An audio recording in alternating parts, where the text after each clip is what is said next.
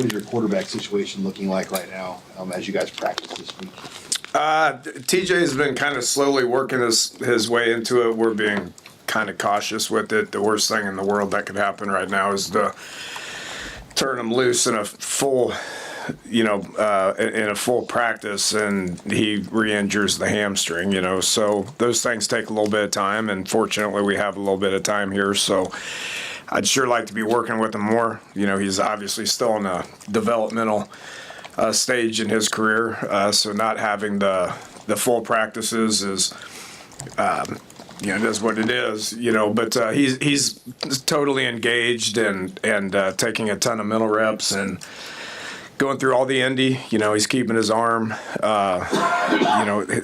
keeping his arm in shape and doing all the drills, just kind of doing it at his speed as opposed to being in like team settings where he would have to like pull the trigger on some things. So. We're just kind of being cautious with it right now. We'll start game planning here. Coaches have game planned, but like from a insulation purpose with Utah, we'll start that this weekend, so he should be cleared and ready to go on that. Behind him, Jalen's taking reps, and Marcos, this is an opportunity for Marcos, and it's really the first opportunity that he's had to go in there and take a bunch of team reps, meaningful team reps.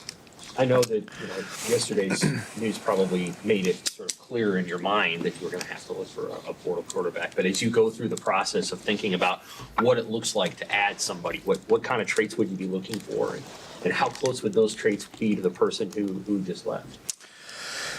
That's a tough question. You get the best available. Is it a pocket guy? Is it a dual threat guy? Is it a more of a runner?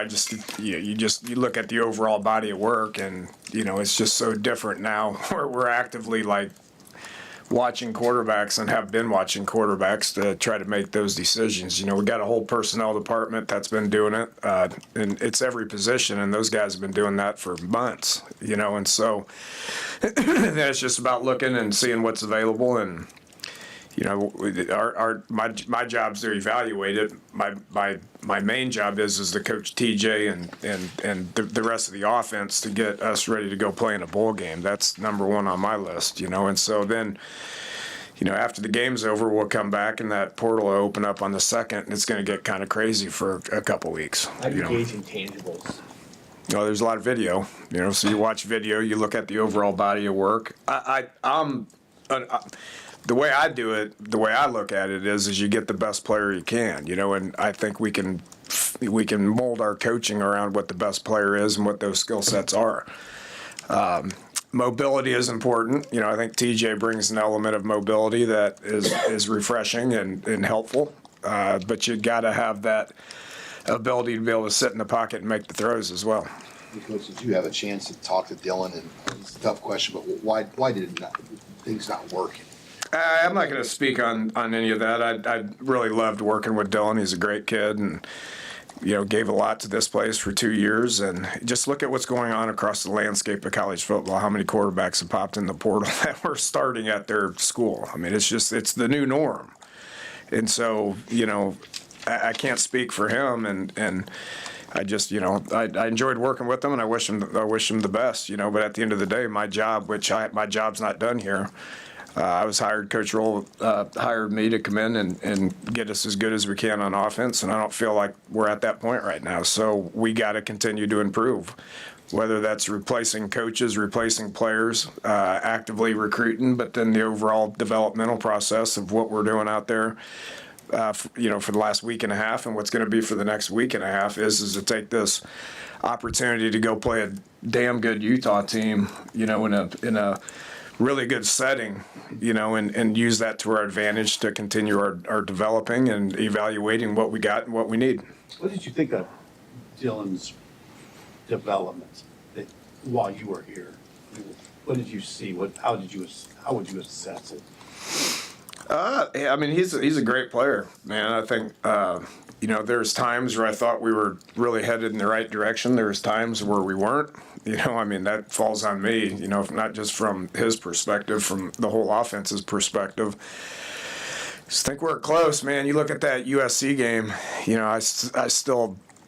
I believe if that wouldn't have happened, things were different. And I think we win that game, and I think that gives us momentum, and who knows how the end of the season ends, and who knows where we're at right now, but all I do is think about where we're at right now and what we got to do to get better. What do you think working with it? One of the new faces on staff, Jeep Wade, why do you think he's a good fit for you and what you want to do offensively? Just familiarity with, I didn't know him, and so, I looked at his body of work at Georgia Tech, which was impressive. But now Coach Rule has a history with him, Sat has a history with him, and so he was comfortable coming in. I've competed against him back, when he was at Marshall, and I just think he's a really good teacher, and his body of work from Georgia Tech was impressive to me. And then having Coach Rule and Sat sign off on him as a teacher, as an individual, as a human, as far as the fit, I trust what those guys say as far as what the fit's going to be. And I think it's been, we've had a great week and a half, and I think we're going to work together very good. Have you watched a lot of Georgia Tech offensive film, and what stood out from the offensive line?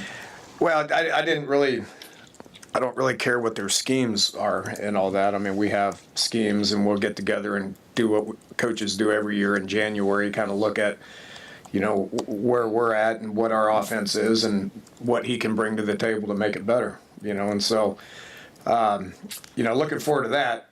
We're not at that point right now. I mean, his head's spinning. I know what he's like. I know what he's going through right now, because I went through it, 13 months ago or whatever it was. And so I sympathize with that, and I try to help him and try not to overload him and try not to, have too many conversations when he's just trying to learn what we're doing right now and learn what the players are and learn who they are, and so it's hard to jump in there. He's like, well, he got here on Sunday. I met with him Sunday night, and he goes, so we're practicing tomorrow? I go, yeah, just come in and just do your thing, man. So you can't overload him with too many schematic questions and where we think we should go with this. We got to get a game plan together and, go coach hard and go try to put our guys in position to be successful against a really good Utah team, But at the end of the day, what I experienced and what he's experienced right now, this month will be good for him for 2026. Okay, and so we'll get into those conversations in January, February, and see where it goes. What have you seen from the running backs, knowing that there's an opportunity ahead for them? They're excited, man. They're practicing hard. We're a lot of our older guys, like Dane, Isaiah, Henry, Justin, Pritch, Luke, Heinrich. A lot of those guys aren't taking just a whole lot of reps right now. Those guys are getting their legs underneath them and getting healthy and all that stuff. Those running backs are getting a lot of reps, and they're excited about their opportunity. Just Emmett was such a machine, and just so proud of him and his accomplishments, and getting all these postseason awards has been awesome for him, and he deserves every one of them, because he was just such a machine and could take so many reps and do so many dang things. And now it's those young guys' turn. I mean, they've been practicing hard for a year, and they've been waiting their opportunity for a year. And so I'm fired up and ready to see those guys go, and see what the game looks like. You've had TJ around you for about a year. What have you learned the most about him, or what has stuck out through his progress as you think back to when he joined you with Pinstripe Bowl practices about a year ago? Well, yeah, I mean, I can't remember what it was like back there at Pinstripe Bowl, but just his calmness and his eagerness to take it over. Okay, so it just goes back to his mentality when we went to UCLA.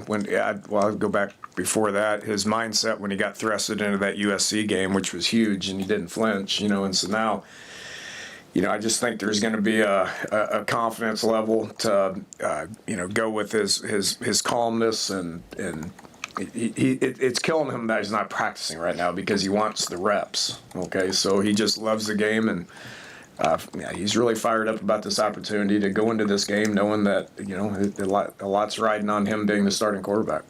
Dana, is there a moving forward with TJ a template that you found in your career that works best for somebody who has his level of experience and youth to provide the best situation, whether that's an older quarterback in the room, like Jalen has provided this year, or just as much competition as you can provide.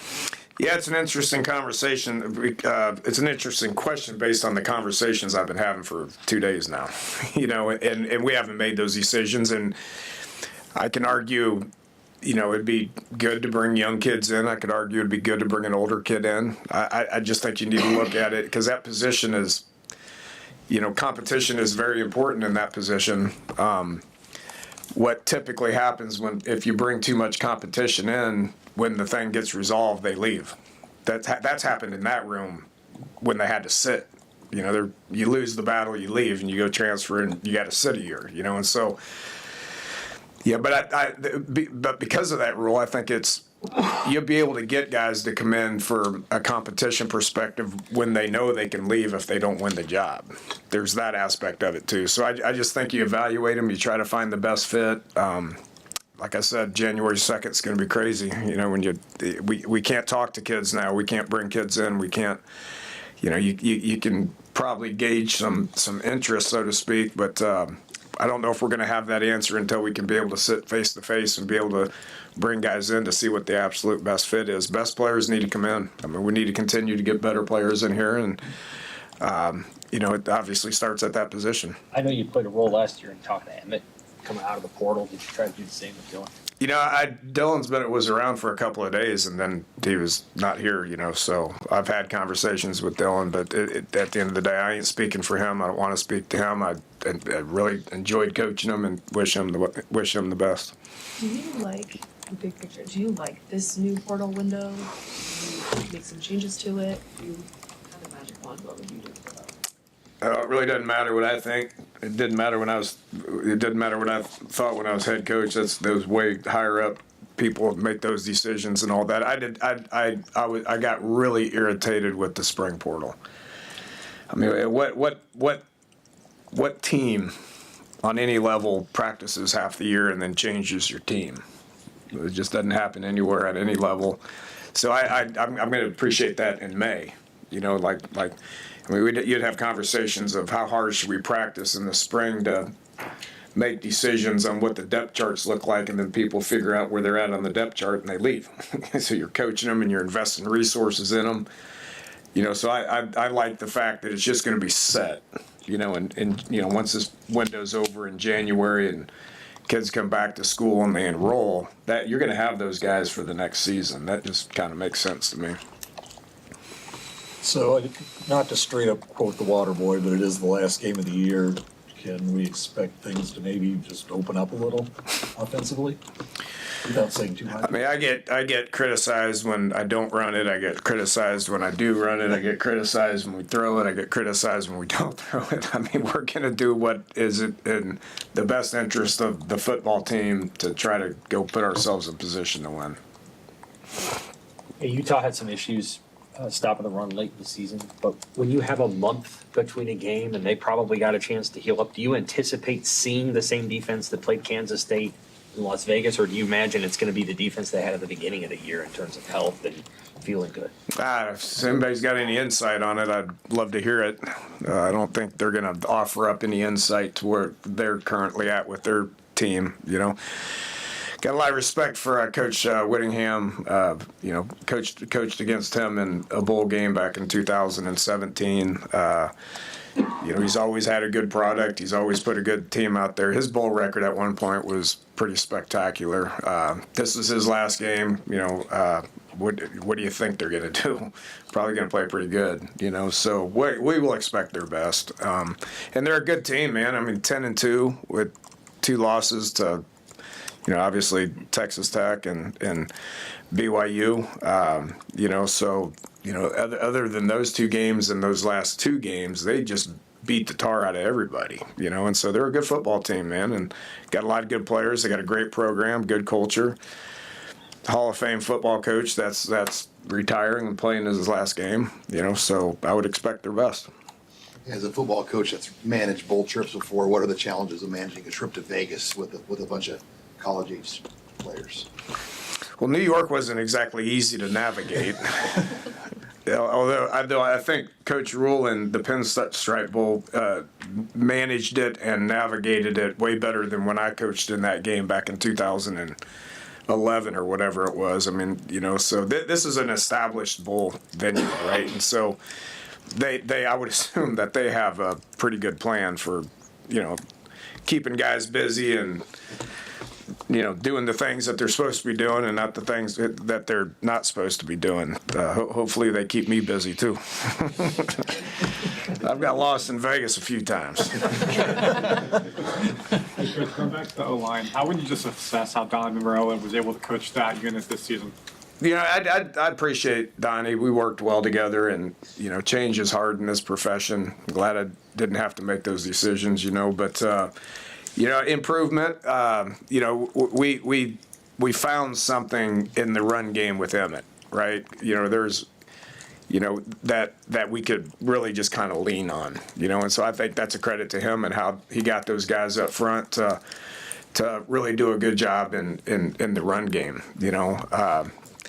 You got to do both. I mean, you got, our pass protection issues obviously were an issue, and it changed how I called it. It changed how we did things.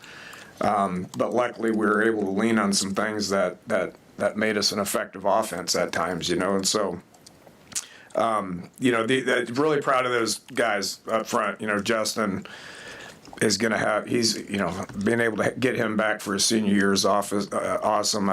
Pritchett's really practicing well right now. I think you're going to see him take that next step to what we thought he could be when we brought him here.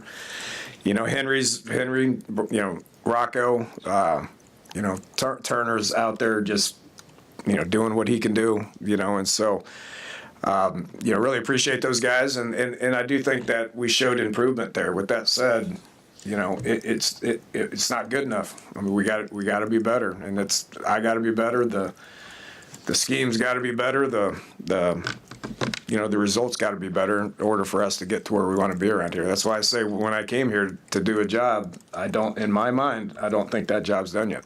Dana, without Emmett, what's your confidence in the run game for this bowl game? It's about those guys up front. I was like, what are we going to do now? And Emmett came in, and I was like, look, whatever you say to me, it ain't going to change how I feel about you whatsoever, and so by him not playing and going to the NFL, I just gave him a big hug, and thanked him for everything that he did. Love that kid. With that said, what's next and who's next? What's next and who's next? Ike looks good. Makai looks good. Quentin's out there practicing hard.